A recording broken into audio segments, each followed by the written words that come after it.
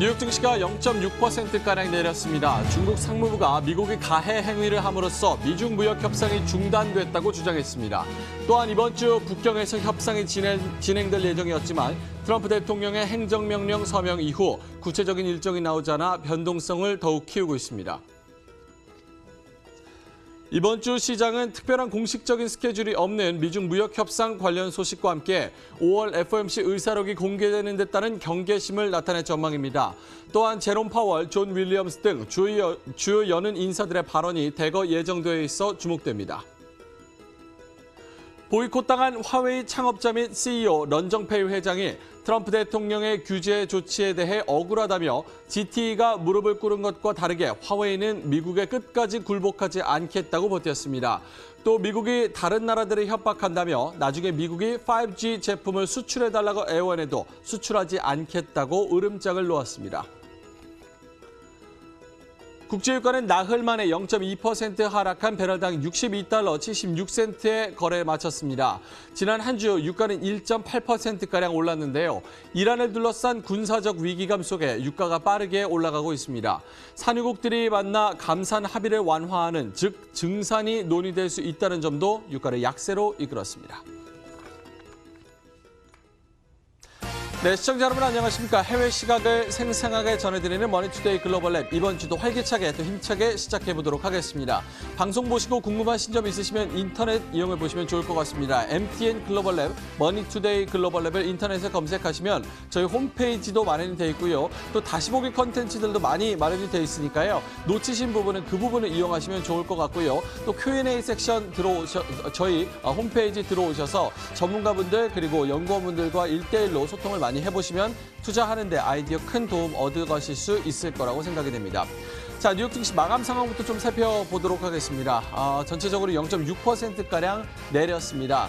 미중 무역 협상이 중단될 것이다라는 불안감이 지속됐습니다. 중국의 상무부 같은 경우는 미국이 가해 행위를 함으로써 미중 무역 협상이 중단됐다 이렇게 주장을 하고 있고요.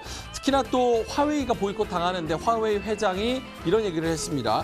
미국이 요청해도 5G 이제 수출하지 않겠다. 여기서 여태까지 준비를 많이 해왔고 미국에 수출하지 않아도 다른 나라들에 수출할 수 있는 기술력을 가지고 있기 때문에 걱정하지 않는다. 미국이 나중에 5G 제품 수출해달라고 해도 수출하지 않겠다. 이렇게 으름장을 놓았습니다. 이런 여러 가지 코멘트들이 주고받고 하면서 증시가 좀 출렁이는 그런 모습을 보였고요. 미중 무역 협상도 긴장감이 더 높아지는 그런 모습을 보였습니다. 증시를 쭉 살펴보면요. 중국산 관세가 25%로 올라간 지 9거래일이 지났는데 9거래일 동안 증시가 7% 가까이 빠졌습니다.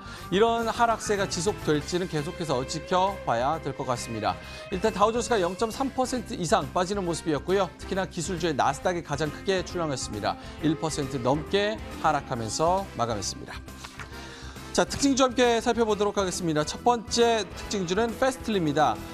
뉴욕 증권거래소에 신규 상장한 신생기업이고요. 49%가량 올랐네요. 엣지 클라우드 컴퓨팅 서비스 제공사입니다. 17일, 그러니까 지난주 금요일에 신규 상장한 회사 24달러까지 올라갔습니다. 두 번째로는 아웃룩 테라퓨틱스입니다. 저희 글로벌랩 계속 보시면은 익숙한 종목이기도 한데요. 지난주 계속해서 전해드렸습니다. 5월 17일에 68%가량 올랐고 5월 16일에도 올라서 이틀 동안 130%가량 상승했습니다. 면역학 그리고 종양학 질환에 있어서 치료법에 주력하는 임상 단계의 바이오 제약사입니다. 나스닥에 상장되어 있고요. 오펜하이머 쪽에서 이 아바스틴의 마켓 쉐어를 대체할 수 있을 것이다. 이런 투자 의견을 아웃퍼폼으로 제시를 하면서 목표주가 12달러 제시했습니다. 이로 인해서 현재 2달러에서 크게 상승할 여력이 있는 것으로 판단을 하고 37%가량 올랐네요. 세 번째로는 골든불입니다. 26%가량 올랐고요. 여기도 역시나 나스닥에 상장돼 있는 2018년 12월에 저희가 전해드린 종목, 그때도 44% 올랐는데 26% 추가적으로 올랐네요. 온라인을 통해서 개인과 중소대부업체를 연결시켜주는 중국 온라인 단기 대부업체입니다. 4달러 70센트 골든불이 26% 상승세로 마감했습니다. 자, 미국 시장의 전반적인 상황 알아봤습니다. 글로벌 시장으로 넘어가 보도록 하겠습니다. 시황센터 연결합니다.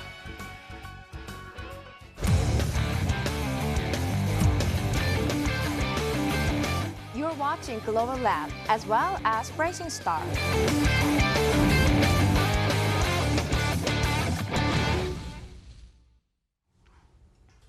네, 오늘 시장에 대한 걱정이 좀 되긴 하는데요. 시장 분위기 금요일장에 좋지 않았습니다.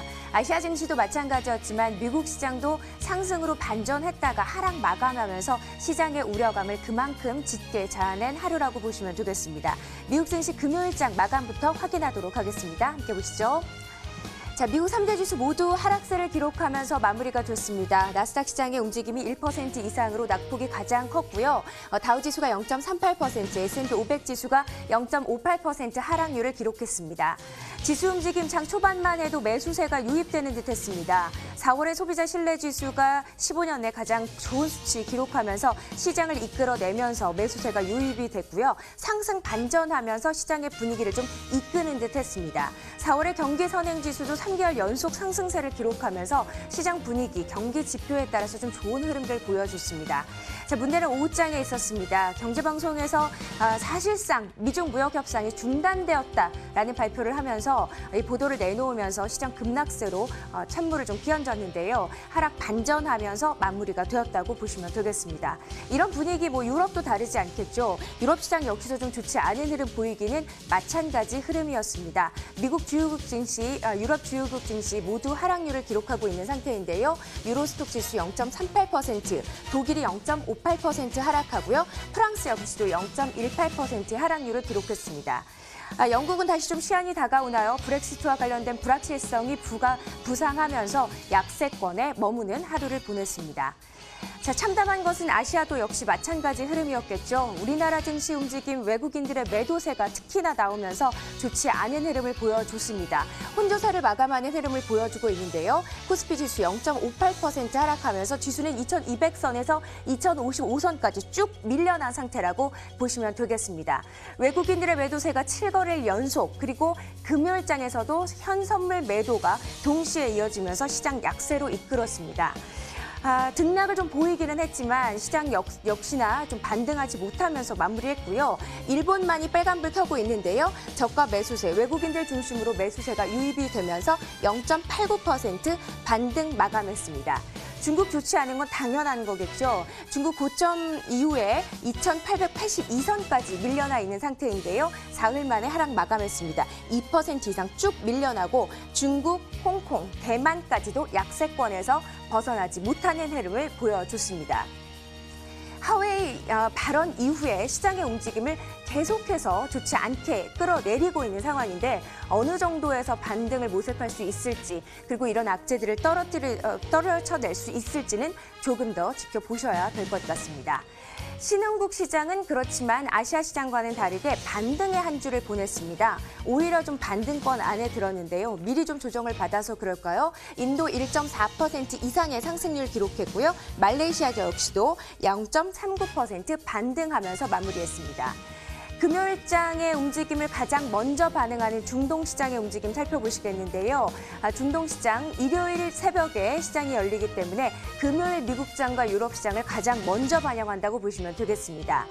좀 우려와는 다르게 강보합권 흐름 보여주고 있는데요. 이스라엘이 0.18% 상승 반전하면서 마무리하고요. 아랍에미리트도 역시 마찬가지 흐름을 보이면서 좀 아무래도 좀 안정되는 흐름을 보여주고 있습니다.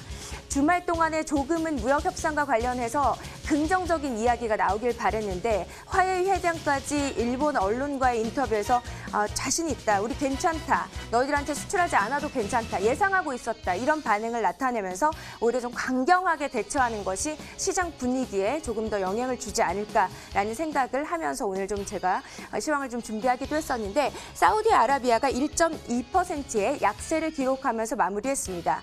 이란과의 첨예한 대립이 미국과 이어지고 있는데 만약에 그런 사태가 나타난다면 우리는 이란과 손잡고 중동을 수호하겠다라는 발언을 하면서 외국인들의 매도가 쏟아진 하루라고 보시면 되겠습니다.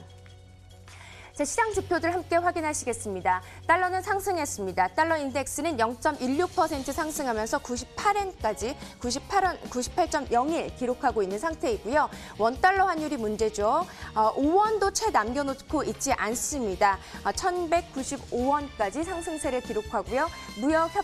미중 무역 협상이 이렇게 좀 좋지 않은 흐름 보이면서 원화 가치 약세, 위안화 가치 약세 흐름이 뚜렷하게 나타나는 것이 환율 시장의 특징이라고 보시면 되겠습니다. 유가 함께 보시죠. 이란과의 이야기를 뺄 수 없을 것 같은데 이런 고조감이 계속되면서 유가는 상승세를 기록하고 있습니다. 금요일장에서는 차익 실현 매물로 인해서 약세 마감했는데요. WTI는 62달러대, 브렌트유는 72.21달러를 기록하고 있습니다.